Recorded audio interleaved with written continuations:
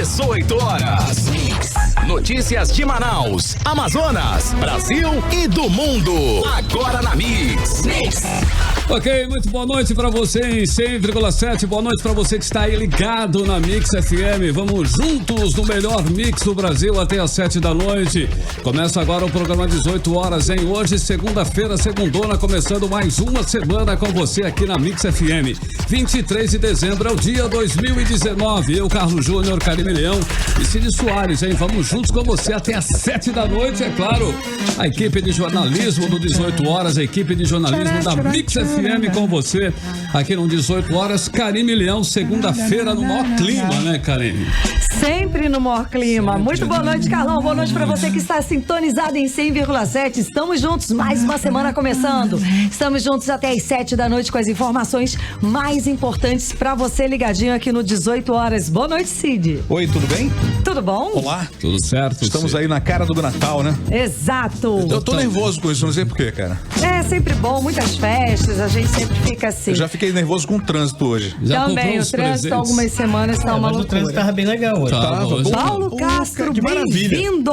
Onde é que você tava voando o carro, Paulo Castro, que você viu esse trânsito maravilhoso? Tava andando de drone?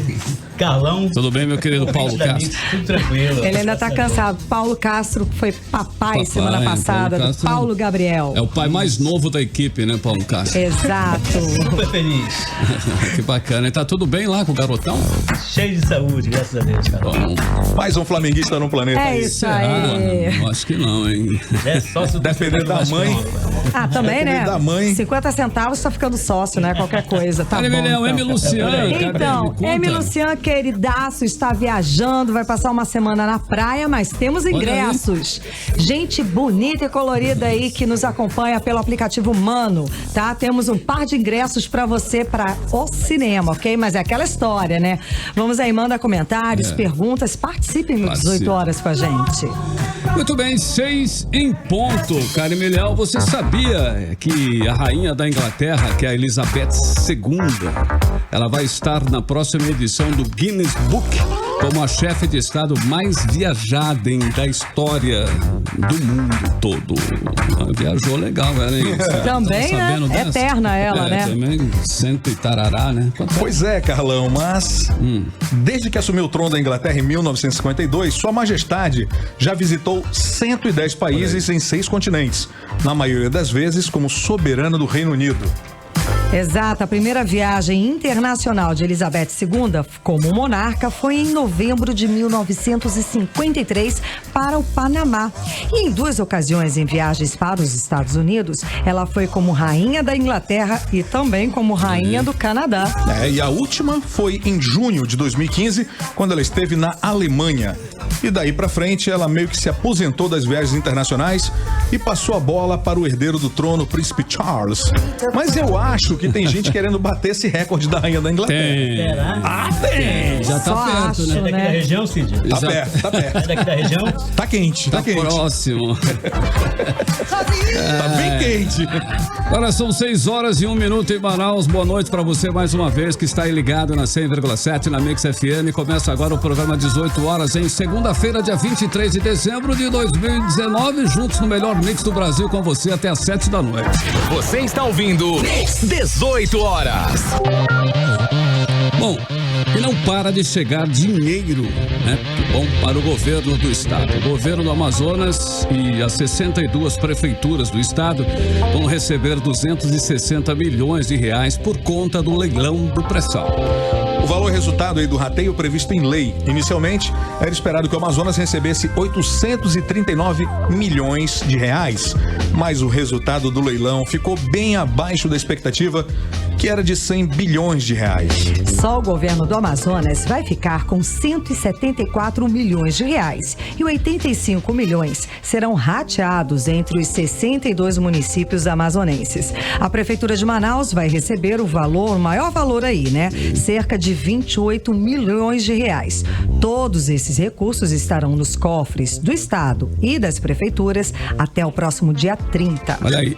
E não é só isso, não, hein? Entram nos cofres do Estado nesta segunda-feira 244 milhões de reais por conta de um acordo com a Petrobras, que foi autorizado pelo Conselho Nacional de Política Fazendária e também aprovado pela Assembleia Legislativa do Estado este mês. Para receber esses 244 milhões de reais, o governo do Amazonas aceitou abrir mão de uma multa de mais de R$1 bilhão que a Petrobras deveria pagar para o Estado. Pois é, exatamente, Cid. Além desses recursos, vale lembrar que o Estado fez um empréstimo de 400 milhões de reais junto ao Banco do Brasil para amortização da dívida pública, capitalização do Fundo Garantidor de Parceria Público-Privada e pagamento de contrapartida de operação de crédito. Mas vale lembrar ainda que a Assembleia Legislativa aprovou este mês autorização para o Estado contrair um empréstimo de 250 milhões de dólares. Na cotação de hoje, mais de R$1 bilhão junto ao Banco Mundial, que devem reforçar o caixa do Estado já no início de 2020. E sem contar que a receita do Estado aumentou este ano para quase R$2 bilhões, superior à receita de 2018. É muito dinheiro para o Estado não honrar seus compromissos com servidores públicos e com profissionais terceirizados. Quase R$4 bilhões. É por aí. Quase 4 bilhões. Pois é. Pois é, né? E o Natal tá chegando, né, gente? O drama de técnicos de enfermagens e enfermeiros continua. Não tem, mesmo com tanto dinheiro, mesmo com essa previsão tão otimista, né?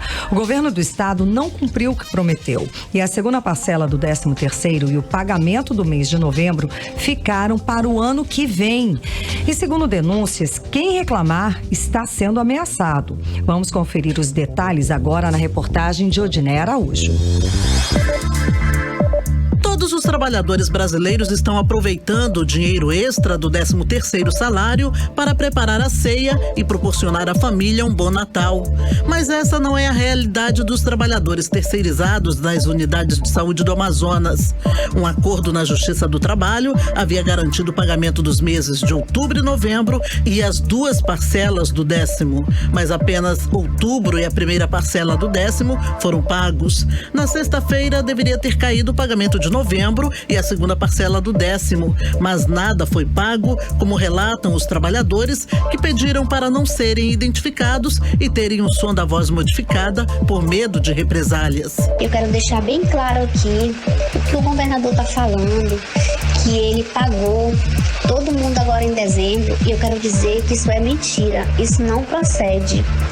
A gente está sem receber desde agosto. O pagamento que ele fez foi referente ao mês de outubro.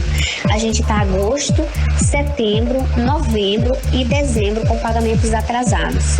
O governador ele vem falando em mídias, vai no Face e diz que pagou todo mundo, que já está tudo pago. E isso é mentira. Ele não nos paga desde agosto. De acordo com o documento do Sindicato dos Trabalhadores Terceirizados da Saúde, divulgado sexta-feira, o pagamento agora ficou para o 11º dia útil a partir da publicação desse documento, ou seja, 10º e novembro só vão ser pagos dia 8 de janeiro. O documento pode ser conferido no site do 18 Horas. Os trabalhadores dizem que se sentem humilhados. Estamos sendo humilhados, a nossa categoria da saúde, a nossa área da saúde, ela está sendo desprezada por esse governador que foi eleito pensando na mudança, mas mudou para pior. Foi piorar. A saúde, ela tá um caos. E o governador não vê isso. Ele não vê porque ele quer estar dando dinheiro para peladão a bordo, tá dando dinheiro para show de Anitta. Enquanto isso, tem famílias passando fome, porque receberam apenas uma competência e não recebeu nem toda, porque como estávamos há muito tempo sem receber, não tínhamos nem o vale transporte para ir trabalhar. Os técnicos dizem também que estão sendo perseguidos por causa das denúncias que estão fazendo. Nós estamos sofrendo ameaça, nós estamos sendo coagidos pelos gestores. De onde você tira todos os dias e não coloca, acaba. E nessa atual situação que nós nos encontramos no mês de dezembro, onde nós não temos mais como tirar o dinheiro da boca dos nossos familiares, dos nossos filhos, emprestados vizinhos e dos amigos, amigos que já se compadeceram com a nossa atual situação, nós estamos sem ter como comparecer aos nossos plantões e nós estamos sem ter como honrar com o nosso compromisso como profissional. A informação extraoficial de que amanhã e no dia de Natal, o atendimento nos hospitais e prontos-socorros deve ficar caótico devido a toda essa situação. Então, é melhor evitar os excessos na festa natalina para não precisar de atendimento nas unidades públicas de saúde do estado. Odinei Araújo para o 18 horas. Bom, e mesmo com ordem judicial, um bebê de 2 meses aguarda na fila por cirurgia no coração, em estado grave. O pequeno Lucas Mariano é uma das mais de 200 crianças que estão à espera de um procedimento cirúrgico no Hospital Francisca Mendes, aguardando para ter o direito à vida. Confira na reportagem de Júlia Gomes. Com uma cardiopatia congênita grave, o pequeno Lucas Mariano Mesquita dos Santos, de apenas 2 meses, já trava uma verdadeira batalha pela vida. Mesmo com ordem judicial obrigando o Estado a realizar a cirurgia cardíaca, o bebê continua internado na unidade de terapia intensiva do Hospital Francisca Mendes. Lucas foi diagnosticado com a aorta inversa. A artéria é responsável por carregar sangue ao corpo. Segundo a mãe da criança, Geise Adriane Ribeiro, o filho já contraiu 2 infecções durante a espera pela cirurgia, o que agravou o estado de saúde dele. E mesmo a justiça determinando a realização urgente do procedimento cirúrgico há 2 meses, a unidade, que é referência em atendimento cardiovascular no Amazonas, dizia que não havia leito para fazer a transferência de Lucas da maternidade Ana Braga, onde nasceu, para o Hospital Francisca Mendes. A transferência veio apenas no dia 18 deste mês. Mas, como ainda está em tratamento para combater uma infecção, o bebê segue sem previsão para realizar a cirurgia. Abalada emocionalmente, Geise não teve condições de gravar com a reportagem, mas diz que teme pela vida do filho a cada novo boletim médico, pois o estado de saúde dele é a cada dia pior, segundo os médicos. Volto com vocês. E a direção do Hospital Universitário Francisca Mendes informa que a decisão foi cumprida e Lucas Mariano foi transferido da maternidade onde estava internado para o hospital. Como possuía uma infecção, não pôde ainda ser submetido ao procedimento cirúrgico. O paciente encontra-se em leito de isolamento, recebendo todos os cuidados médicos para tratamento da infecção. Só depois da recuperação da infecção que o procedimento cirúrgico vai poder ser realizado. Ainda segundo a nota, mesmo na maternidade, o paciente já apresentava quadro de infecção, por isso não havia sido realizada a transferência anteriormente. Bom, vale lembrar que só este ano, mesmo com ordens judiciais, 30 bebês cardiopatas morreram na fila, aguardando por uma cirurgia no Hospital Francisca Mendes. O caso mais recente foi do menino Ícaro Davi, de Castro Ferreira, que morreu na última quarta-feira após o procedimento cirúrgico que demorou para ser realizado. 18 horas. E os cirurgiões Perdão, Cid, acabou de chegar aqui a informação do secretário, vamos lá, que o secretário de Estado de Saúde, Rodrigo Tobias, deu uma notícia ruim hoje em entrevista à Rádio CBN Amazônia. Ele prometeu que vai ter o controle das filas na saúde somente num prazo de 8 meses. Se cumprir a promessa, o governo de Wilson Lima vai levar nada menos que 20 meses desde que assumiu o cargo para controlar as filas, mas não para acabar com elas. Isso segundo o secretário da Suzam, Rodrigo Tobias. Perfeito. E olha, atenção, os cirurgiões que prestam serviço no Hospital Francisca Mendes dizem que a proposta do governador Wilson Lima para a unidade, que é referência em tratamento cardiovascular no estado, pode aumentar a mortalidade de crianças cardiopatas. Quem traz os detalhes pra gente é a repórter Júlia Gomes. A nota é assinada pelo médico George Butel, diretor técnico da Socean, empresa que reúne cirurgiões vasculares no Hospital Francisca Mendes. No comunicado publicado no fim de semana, a Socean lamentou o retrocesso que está ocorrendo na assistência às crianças cardiopatas no estado e a desestruturação de todo o serviço já criado, caso o governo do estado insista em enviar pacientes para tratamento em outro centro de referência cardiovascular. Os cirurgiões advertem ainda para o risco de aumento da mortalidade e a possibilidade do Hospital Francisca Mendes ser descredenciado pelo SUS, o Sistema Único de Saúde, causando ainda mais prejuízo para toda a população. A nota diz ainda que entende a posição do governo em buscar alternativas de gestão, mas não pode compactuar com a falta de respeito aos profissionais e a falta de prioridade aos cardiopatas internados. A nota foi publicada depois que o governador do Amazonas, Wilson Lima, anunciou mudanças na estrutura do hospital e decidiu encaminhar pacientes cardiopatas pediátricos para tratamento fora do domicílio, em outro centro credenciado pelo SUS. Volto com vocês. Bom, essa questão das crianças cardiopatas é muito séria e não se resolve com palavras em coletivas à imprensa, hein? É preciso ação. É necessária a formação de uma força-tarefa para solucionar de imediato os problemas, eliminar os entraves e garantir aí as condições ideais e necessárias para que os profissionais façam o serviço deles, não é isso? Façam os procedimentos cirúrgicos como manda o protocolo. E há informações de que na sexta-feira não foi realizada nenhuma cirurgia, porque os materiais não estavam esterilizados. Uma coisa simples, né? Que não precisa de recursos, nem de grandes estratégias. Enfim, basta ter gestão, organização, uma administração eficiente para que esse tipo de problema, gente, material esterilizado, não aconteça. Nós estamos aqui na torcida, né? Orando para que essa situação no Francisca Mendes, nas maternidades e demais unidades envolvidas na saúde, volte à normalidade o mais rápido possível. Estamos cumprindo o nosso papel de noticiar e cobrar do governo uma solução. 18 horas.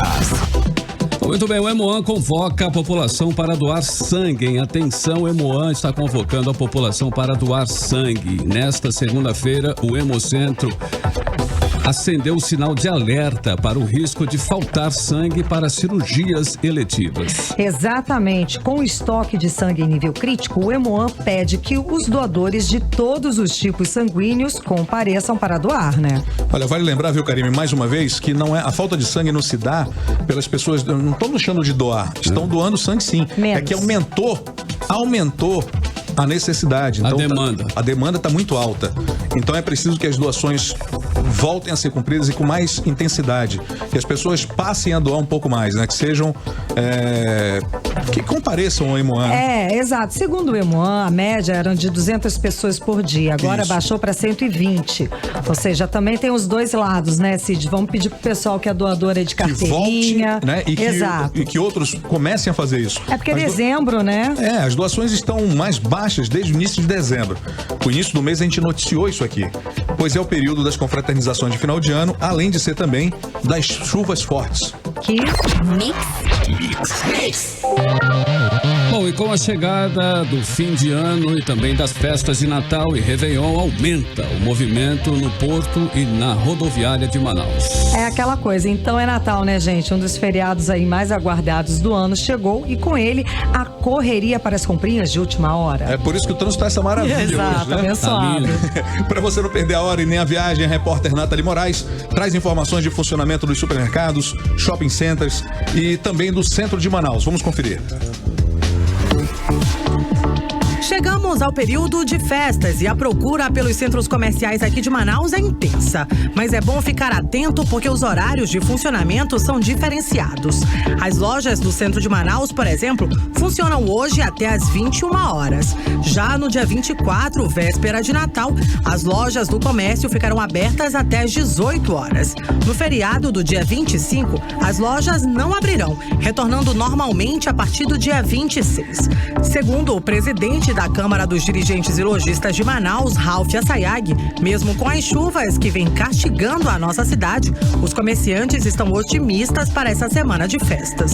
Olha, a expectativa é muito boa. Dentro da pesquisa é 5,5 e a única coisa que deu um probleminha foi que choveu muito na sexta-feira de tarde e choveu muito no sábado pela manhã, atrapalhou bastante as vendas. E domingo, que estava tudo programado para recuperar esses 2 dias, também choveu muito pela manhã. Eu espero que esse dia de hoje, de amanhã, a gente tenha um pouco de paz na chuva para que a gente possa atingir. Apesar da chuva, mas a gente acredita que vai ter esse crescimento, principalmente pela ajuda, apoio do 13º, que nós tivemos aí em torno de 1 bilhão e 900 milhões desse ano.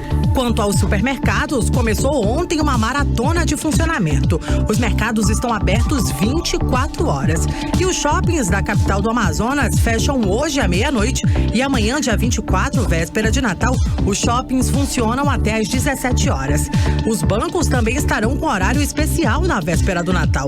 Segundo a Federação Brasileira de Bancos, a FEBRABAN, as agências ficarão abertas para atendimento ao público de 9 da manhã até às 11 horas. E no feriado de Natal, dia 25, os bancos não abrem. Depois de todas essas dicas, você não tem desculpa para deixar de fazer as suas comprinhas. Eu volto aos estúdios com vocês. E vocês já sabem onde vão passar as festividades de fim de ano, gente? Ainda não. Alguém aí vai viajar? Não, eu não tô... Pois é, não? Vou passar na sua casa, Karine. Vamos comemorar todos juntos. Vou fazer um jantar lá, um treino. Também pode ir, Cidinho, tá convidado. Se a Anaíris vai? Né? A gente, não sei, estamos aguardando, né? Calado estou. Aqui no estado tem muita gente embarcando para o interior. Até o último dia deste ano, aproximadamente 29.600 passageiros devem passar pelo Porto de Manaus. É isso mesmo, Karine. A expectativa de reencontrar a família e é o que move aí, né? Centenas de pessoas a embarcarem rumo aos municípios do interior do Amazonas e também aí para os estados vizinhos durante o recesso natalino e também aí na virada de ano. A Orla de Manaus, da Manaus Moderna é um dos locais que registra um fluxo intenso de passageiros, que é aqui na capital. O que deve acontecer até o dia 31 de dezembro, segundo a Superintendência Estadual de Navegação, Portos e Hidrovias, é esse, né? Aproximadamente, Carlão, 29 mil passageiros devem passar pelo Porto Organizado de Manaus. Eu nunca tinha visto isso. É bastante. Tá muito intenso o negócio, né? A expectativa é de que haja um aumento de 20% a 30% no movimento nesse período. 18 horas. Muito bem, atenção aí, vocês condutores, né? O Detran está reforçando a fiscalização da lei seca aqui em Manaus. E a lei seca pega mesmo, hein? As fiscalizações acontecem todos os dias até a primeira semana do mês de janeiro. Alerta. Pois é, eu queria dar um alerta pro Detran. Que tal fazerem hoje uma verificação do trânsito em Manaus, meus amigos? Acompanhar como é que tá o barulho aí. Porque eu não tô vendo o movimento. Organizar o trânsito, claro, e não blitz, lei seca, é isso. Além da blitz, poderiam dar uma... Organizar o trânsito, meu. Tá geral, feio o negócio, né? O trânsito aí, Cid, é com o Manaus Trans, né? Pois é, Manaus Trans, deve ter essa turma toda se junta e faz alguma coisa, meu. Pelo amor de Deus. Bom, além das vias de Manaus, a Polícia Rodoviária Federal também lançou a Operação Rodovida 2019 para voltar com os radares móveis nas rodovias federais. Pois é, a operação vai até o dia 1º de março de 2020, porque vai incluir aí Natal, Ano Novo, Carnaval, além dos período das férias, né? Que é uma época em que o volume de veículos nas rodovias federais aumenta. E a possibilidade de acidentes também, como explica a repórter Nathalie Moraes. Com a chegada das festas de fim de ano, o Detran está intensificando as blitz repressivas aqui na capital. A Operação Lei Seca já flagrou ao longo deste ano 2.230 motoristas dirigindo alcoolizados, um aumento de 263% no comparado ao mesmo período do ano passado, quando foram flagrados aí 604 motoristas alcoolizados. Beber e dirigir é uma infração gravíssima, com multa prevista no Código de Trânsito Brasileiro. Por isso, o diretor-presidente do Detran, Rodrigo de Sá, reforçou que estas ações são fundamentais para um fim de ano com segurança. O Detran Amazonas irá intensificar as ações agora nas festas de fim de ano, naturalmente, mas a gente vai dar prosseguimento naquilo que já vem sendo a tônica da atual gestão, de preservação da vida, de promoção de segurança no trânsito, e nós já estamos há algum tempo fazendo operações diárias na cidade de Manaus. Já nas rodovias, a Polícia Rodoviária Federal voltou a utilizar hoje os radares móveis para aplicação de multas. Durante fiscalizações nas rodovias federais aqui do Amazonas, como na BR-319 e na BR-174. A determinação é da Justiça do Distrito Federal e vale para todo o país. A decisão suspende uma ordem do governo federal que proibia a utilização dos aparelhos desde o mês de agosto. Na época, o presidente Jair Bolsonaro enviou ao Ministério da Justiça uma ordem para que a PRF suspendesse a utilização dos equipamentos. Nathalie Moraes para o 18 horas. 18 horas. Muito bem, a primeira música da playlist do 18 horas é Thank You Next, faixa extraída aí do 5º álbum de estúdio da cantora estadunidense Ariana Grande, lançado em 8 de fevereiro de 2019 pela Republic Records. O álbum também leva o nome Thank You Next e foi criado depois da morte do ex-namorado de Ariana, né, que é o Mac Miller, e o término com o ex-noivo Pete Davidson, o que acabou inspirando esta faixa como um obrigada o próximo, né? A fila anda, a fila que andou aí, né, Cid? Insinuando que a fila está, né? Eu tô lá também, tô lá em 50º lugar, mas assim. A fila anda, uma hora chega. Thank You Next é um álbum que abraça os gêneros pop, rhythms and blue e trap, né, com levada de reggae, funk, hip hop, soul, além de leves influências da música urbana, característica aí nos altos sucessos americanos da música americana. As letras que falam de amor, tristeza, sensualidade, amor ao próximo e o autocuidado. A crítica aclamou Thank You Next, e que recebeu aí reverências explícitas da mídia especializada e elogiou bastante, né, a sua produção e conteúdo lírico. Além de mencionarem a evolução em relação ao álbum anterior, destacando Thank You Next como um dos melhores álbuns de 2019. Pois é, ele foi indicado ao álbum do ano de melhor álbum vocal pop na 62ª edição do Grammy.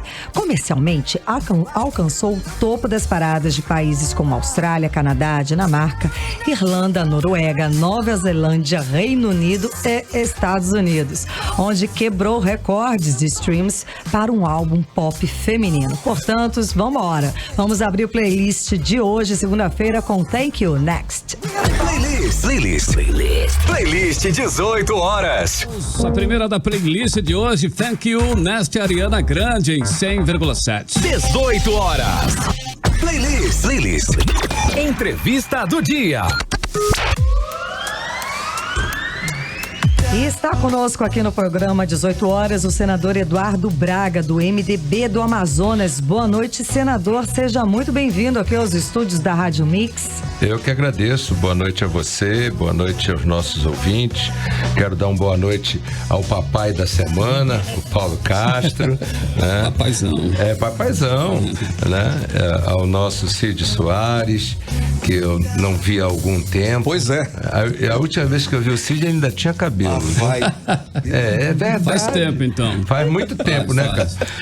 Carlos Júnior, um abraço. É um tempo considerado, né? Mas é uma alegria estar aqui novamente, prestando conta nesse momento de fim de ano, e desejar a todos vocês, ao pessoal da nossa querida Rádio Novidade, e a todos que nos ouvem nesse momento, um feliz Natal, um próspero ano novo, e que Deus possa estar no coração de todos e na família e nos lares amazonenses nesse Natal, e que 2020 seja um ano abençoado por Deus. Amém. Né? E que nós possamos, se Deus quiser, ter mais emprego no Brasil, mais justiça social. Tem muitas notícias boas, não é, senador? Temos trabalhado um bocado. Exato. Um bocado, mas eu sou um otimista por natureza, né? E acho que nesse momento o brasileiro tem que ser otimista mesmo, né? Depois de uma longa e profunda crise, finalmente a gente está começando a ver uma luz no fundo do túnel, mas eu acredito que essa luz ela vai chegar de forma diferente nas diversas regiões do Brasil.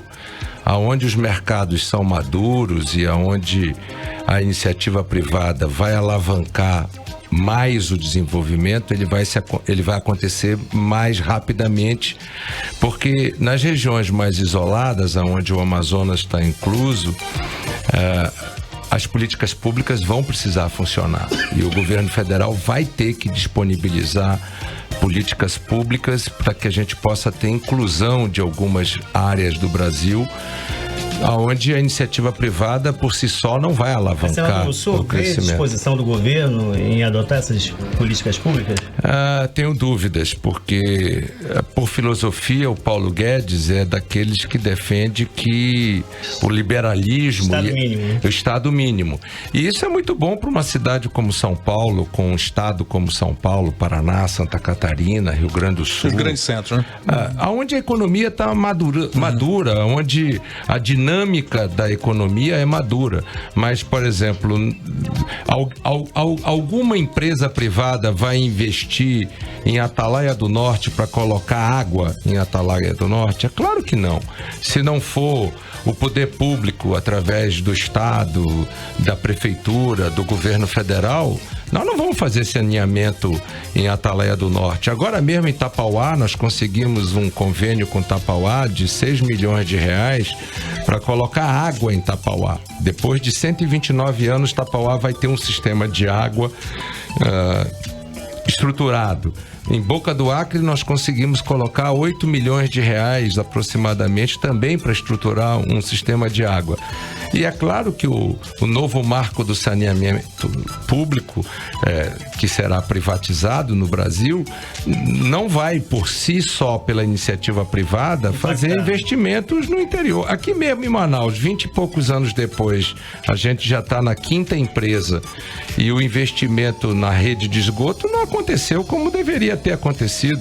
E nós fomos a primeira cidade a ser privatizada. Você imagina, eu não quero nem chegar aonde eu estava falando, Tapauá, etc. Imagina em Manacapuru, imagina no Manaquiri. Então, quando eu digo que o crescimento econômico e o reaquecimento da nossa economia vai acontecer de forma diferente nas regiões maduras, é em relação a isso. E a mesma coisa, por exemplo, na área habitacional. Enquanto Minha Casa Minha Vida puxava o investimento do setor imobiliário, nós tínhamos uma dinâmica no interior do estado, em várias regiões e tal. Na hora que isso mingou, o que nós estamos vendo? Nós estamos vendo inúmeras casas inacabadas pelo interior, etc. Ou seja, aonde os mercados não são dinâmicos, é o que mais a sofre. Política pública precisa chegar. E é o que mais sofre. Senador, uma pesquisa do Datafolha realizada no início deste mês aponta o seguinte: 45% dos eleitores reprovaram o trabalho de deputados federais e senadores, 10 pontos percentuais a mais do que o final de agosto. E apenas 14% o aprovam, né? Como senador, como é que o senhor encara essa avaliação do trabalho dos congressistas? Isso é o estado da arte da criminalização da política. Quando você criminaliza a tal ponto a política de algumas pessoas acharem que a solução não é mais a democracia, o que nós vemos é que o bode da sala vira a democracia. E isso é um movimento que não está acontecendo só no Brasil, a gente está vendo em vários lugares. E acho isso um retrocesso, porque eu não consigo perceber que regime daria a liberdade de expressão para que a gente pudesse fazer a oposição que se faz no Brasil, a fiscalização que a imprensa se faz no Brasil, para ter o ativismo que nós temos do Judiciário, do Ministério Público, etc., que é tudo muito importante, não é? Para que a gente possa combater a corrupção, para que a gente possa combater a impunidade no Brasil, mas nós sabemos que a questão da criminalização generalizada da política, aonde as políticas públicas elas deixam de ter uma certa relevância e o que passa a ter o ativismo, e às vezes esse ativismo busca simplesmente banalizar a criminalidade, inclusive no setor público, não é? E isso, obviamente, tem como consequência o descrédito que a grande maioria dos brasileiros dão à política em geral, não é aos deputados e a senadores. E se perguntar a opinião sobre o presidente da República, está embolado na mesma coisa. Se perguntar sobre o governo dos estados é a mesma coisa, e se perguntar sobre as prefeituras é a mesma coisa, se perguntar sobre as assembleias legislativas é a mesma coisa, e se perguntar sobre as câmaras municipais é até pior. O governo chega até a propor extinção de vários municípios nesse país, coisa que poderia trazer uma grande crise institucional. Por outro lado, combater, repito, a corrupção, combater a impunidade é algo que todos nós precisamos fazer e precisamos avançar. E foi exatamente na semana em que nós estávamos no auge da discussão sobre o trânsito em julgado em segunda instância e tudo mais, que se faz uma pesquisa como essa. Mas eu acho que é o estado da arte. É essa a opinião, geral, né? É a opinião que a população tem hoje dos políticos brasileiros. Senador Eduardo Braga, o Departamento Intersindical de Assessoria Parlamentar, que é o DIAP, divulgou a pesquisa anual Os Cabeças do Congresso Nacional. E mais uma vez o senhor faz parte da lista, né? O que o senhor fez para ser reconhecido como um dos parlamentares mais influentes lá no Congresso Nacional? Trabalhar muito, viu, Carlos Júnior? A dona Sandra que o diga. Saio cedo, chego tarde, vivo numa ponte aérea entre Manaus e Brasília, e procuro me posicionar em defesa daquilo que eu acredito para o Brasil e para o Amazonas de forma independente. Afinal, a nossa eleição em 2018 foi uma eleição em que eu devo ao povo e a Deus. Eu não tive alianças, eu fiz uma eleição só com os nossos companheiros do MDB e com o povo. Eu não tinha palanque, eu não tinha estrutura, e foi talvez uma das eleições mais, não só apertadas, mas uma das eleições mais solitárias em que eu e o povo fizemos durante os 38 anos de vida pública que eu tenho. Bom, acabou sendo que essa entrevista acaba sendo realmente, né, uma prestação de contas. Então, uma das funções do parlamentar é trazer recursos para o estado de origem. O que o senhor conseguiu trazer para o Amazonas esse ano? Esse ano, 434 milhões de reais foram empenhados graças ao nosso trabalho. Em que áreas? Infraestrutura, algo como 200 e poucos milhões. Saúde, mais de 100 milhões de reais na saúde. Saneamento, perto de 50 milhões de reais. E também na área de... que é saúde também, nas nossas UBSs, fluviais, etc. Nós, ao todo, serão 35, nós já entregamos 35 menos 9, entregamos 26. Cada uma custa o quê? 2 milhões? 2 milhões 400, 2 milhões e alguma coisa pronta e equipada, né? Quanto custa cada uma. A verdade dos fatos, por exemplo, hoje, no dia de hoje, nós conseguimos empenhar em Brasília 30 milhões de reais em incremento do PAB e do MAC para o interior do estado do Amazonas. Municípios como Itacoatiara, por exemplo, vão receber mais 3 milhões de reais até o final do ano. Hoje foi empenhado 1,5 milhão, falta outro 1,5 milhão. Isso já é uma cota extra que nós estamos conseguindo para o interior. Nós temos feito um financiamento da saúde pública no interior através de emendas que têm reproduzido uma melhoria efetiva do custeio da saúde pública no interior do estado do Amazonas. Isso tem se refletido em vários municípios e alguns deles o resultado na melhoria da saúde pública vale a pena ser destacado. Eu dou um exemplo no Careiro do Castanho, onde o sistema de saúde está funcionando comparado com outros lugares no Amazonas muito bem. No Manaquiri, em que pese o hospital não tenha uma estrutura mínima necessária, o hospital do Manaquiri é uma das grandes carências, né, que existem no Manaquiri, mas o sistema de saúde básico funciona de tal forma e com um certo nível de complexidade que a saúde no Manaquiri começa a responder de uma forma muito interessante. Portanto, esses 400 e poucos milhões de reais é fruto também de muito trabalho.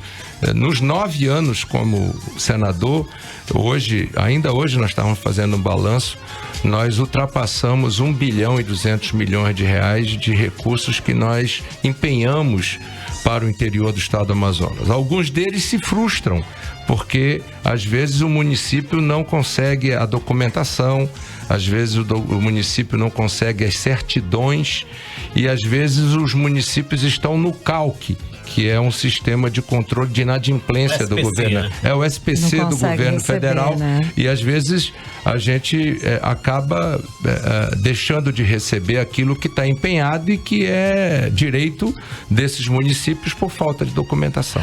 Agora, senador, falando em balanço, né, que o senhor falou que acaba sendo um balanço mesmo, esse ano foi um ano de frequentes confrontos entre o executivo e o legislativo. O ano encerra aí num clima mais ameno entre o presidente Bolsonaro e os parlamentares. Como é que o senhor faz essa análise? Com Bolsonaro, cada hora sua agonia. Então, não dá para dizer se tá bem ou se tá mal. A gente imagina que tá bom, que tá bem. Mas para além de qualquer coisa com o Bolsonaro, com quem eu tenho uma boa relação, fui deputado federal junto com ele há muitos anos atrás, e sempre tivemos uma relação respeitosa.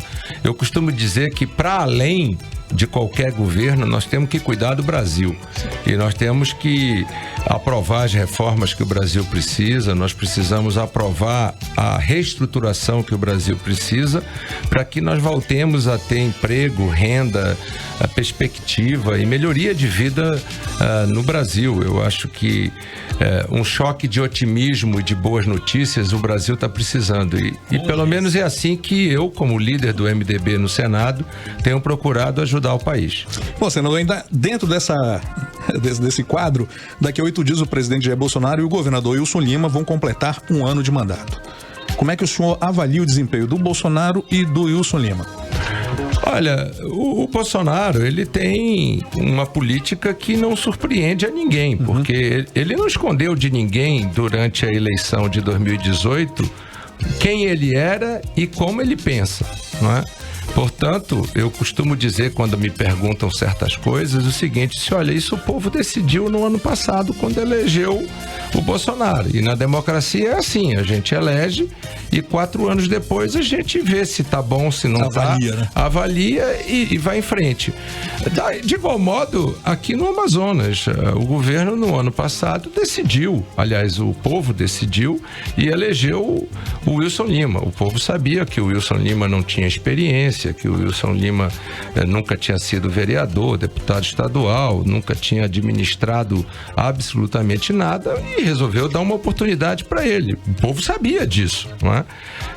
E nós temos sofrido, é óbvio, tanto no Brasil quanto aqui no Amazonas, consequências um pouco da própria decisão, que é da vontade da maioria.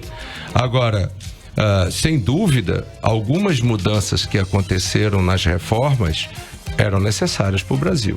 Não é uma bolsa de bondade. Ninguém vota uma reforma da Previdência porque, eu quero votar hoje a reforma da Previdência. Não, o Brasil não podia continuar gastando o que estava gastando e o que está ainda gastando com a Previdência, sob pena do Brasil quebrar. O Brasil gasta mais com a Previdência do que gasta com a saúde pública, do que gasta com a educação, do que gasta com a segurança pública, do que investe em infraestrutura. O Brasil precisava, portanto, ajustar essa conta. Da mesma forma como o Brasil estava e continua pagando ainda uma dívida pública muito alta, que gerava juros altos, gerava um pagamento de juros altos sobre essa dívida. Agora, nós estamos com uma projeção só de economia em juros pela Selic ter chegado a 4,5% de 100 bilhões de reais.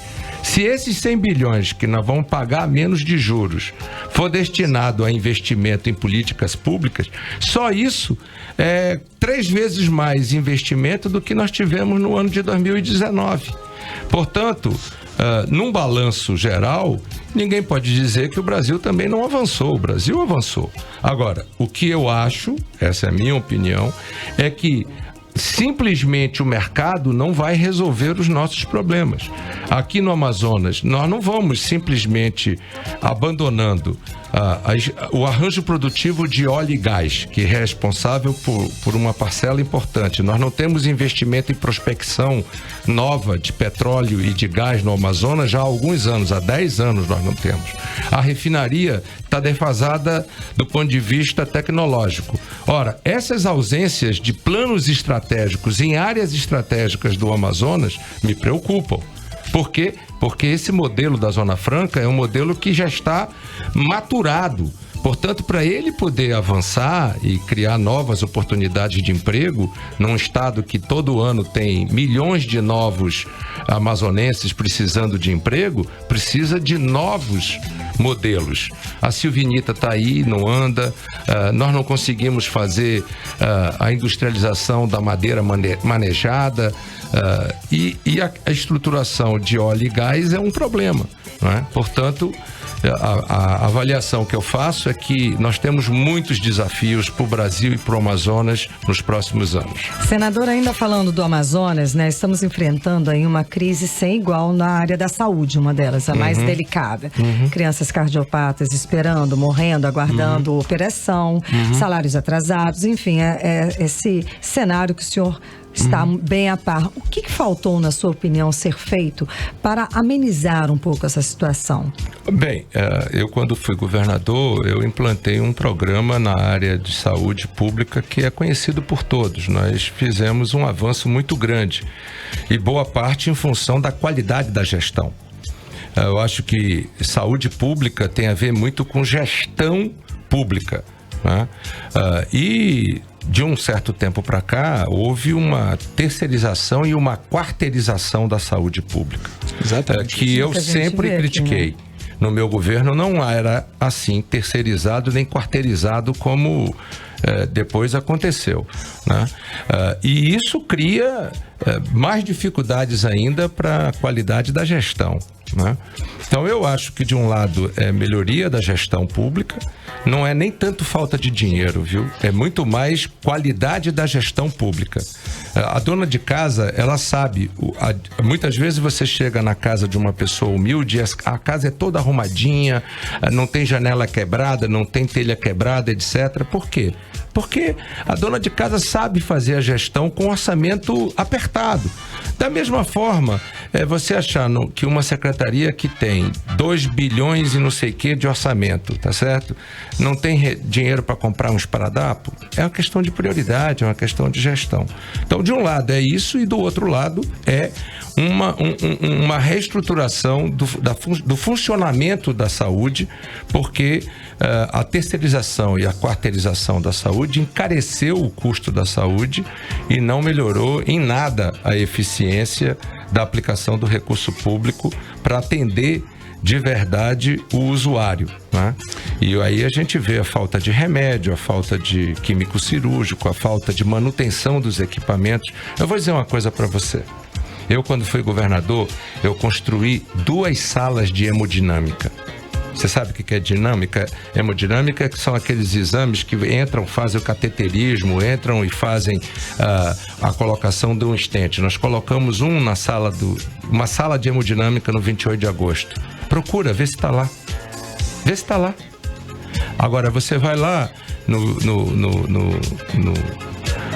pronto-socorro da Zona Leste e procura ver se está lá a sala de hemodinâmica que nós implantamos. Eu coloquei 4 salas de hemodinâmica no estado do Amazonas. No 28 de agosto, no novo 28 de agosto, que foi construído por mim. Outro no pronto-socorro da Zona Leste, que foi reformado e ampliado por mim, colocado lá. E 2 no Francisca Mendes. Só tem um funcionando. Duro. Gestão. Né? Pois é, e falando agora, no outro lado aqui, falando em 2020, o senhor já disse aqui no 18 horas que não seria candidato a prefeito. Está mantido? Tá, não sou candidato. Eu tenho um compromisso com a população no Senado da República. Tenho me dedicado muito a cumprir esse compromisso. Eu acho que esse ano nós avançamos em transferências de recursos do governo federal para os municípios do Amazonas e até mesmo para o governo do estado. Ainda há pouco eu ouvia vocês falando da cessão onerosa. Cessão onerosa foi uma conquista do Congresso para os estados brasileiros. É verdade que nós queríamos que fosse o dobro, mas lamentavelmente o leilão da cessão onerosa acabou sendo frustrado em quase 50%. Mas mesmo assim, o Amazonas recebeu mais de 250 milhões de reais entre estado e municípios de recurso novo, né? De recurso que o Estado não receberia. Que não vinha, né? as royalties não vinham. Que não vinham. E hoje, por exemplo, eu ouvi de um prefeito uma coisa muito legal. Ele me disse, aliás, o prefeito de Erunepé, e o prefeito de Erunepé me disse, Eduardo, olha, graças a 1.800.000, eu acho que é a seção onerosa de lá, tem um bairro no município de Erunepé chamado Vila Cacau. E a Vila Cacau está muito deteriorada, muito machucada, enfim, o asfalto, as ruas muito machucadas. Ele me disse, graças a esse recurso, eu estou licitando uns 30%, 40% da Vila Cacau e vou fazer com concreto, mesmo agora no inverno, porque a Vila Cacau está praticamente intransitável. Imagina isso multiplicado vezes 62 municípios, quanto emprego, quanta renda você não vai gerar, quanto não vai acontecer na microeconomia graças à cessão onerosa. Portanto, essa foi uma das conquistas que nós obtivemos esse ano no Senado da República. Maravilha. Muito obrigada, senador, pela sua presença hoje aqui no 18 Horas. Eu que agradeço a vocês, agradeço a todos que estão me ouvindo e mais uma vez eu quero desejar um Feliz Natal, um próspero Ano Novo, que 2020 seja um ano efetivamente abençoado para todos que nos ouvem nesse momento, mas para você, para a sua família, para a família de todos, do Paulo, do Carlos. Muito obrigado. Muito obrigada. E do nosso Cid, e que todos possam chegar em 2020 com muita saúde e muita paz. Amém. Muito obrigada, amém. Conversamos com o senador Eduardo Braga, do MDB do Amazonas. Uma boa noite, obrigada. 6 horas e 52 minutos em Manaus. 18 horas. Bom, a segunda música da nossa playlist é Call You Mine, da dupla de produção americana The Chainsmokers, aí com vocais da cantora e compositora estadunidense Bebe Rexha. A música foi lançada como single em 31 de maio desse ano, ao mesmo tempo com o seu videoclipe. É o 4º single do 3º álbum de estúdio da dupla, World War Joy. Call You Mine marca a 3ª colaboração dos Chainsmokers com Bebe Rexha, após os remixes de Take Me Home, do trio de produção Cash Cash, também com vocais de Rexha e o remix do seu primeiro single solo, I Can't Stop Drinking About You, que levou aí o Best Dance de 2019 na premiação MTV Video Music Awards. Sem delongas, então, vamos direto ao que mais interessa, né? Esse grande sucesso mundial, segundo a nossa playlist, Call You Mine. Playlist 18 horas. Chainsmokers apresentando aí Bebe Rexha, a música Call You Mine, aqui em 100,7. 18 horas. Carimilhão, são 6 horas e 56 minutinhos em Manaus, já estamos aí quase nos finalmente, né? Exato, mas antes, escuta essa, o deputado Dermilson Chagas respondeu hoje à ameaça do governador Wilson Lima de que vai processá-lo. Dermilson e o colega Wilker Barreto denunciaram perseguições do governo após terem dado entrada em um pedido de impeachment de Wilson Lima. O repórter Azaf Augusto tem mais informações. Os deputados estaduais Dermilson Chagas e Wilker Barreto repudiaram a declaração do governador Wilson Lima, que afirmou em uma coletiva que vai processar os parlamentares por eles terem afirmado que sofrem retaliação por conta do pedido de impeachment que foi ingressado na Assembleia Legislativa do Amazonas. Vamos conferir o que disse o governador. Vamos interpelá-los judicialmente para que eles provem o que estão falando. O deputado Wilker Barreto disse que essa atitude é autoritária. Não me surpreende nada da atitude autoritária deste governo.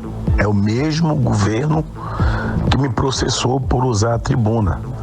Então, vou ficar aguardando se é que ele vai ter a coragem de processar, porque o correto mesmo era ele mandar apurar.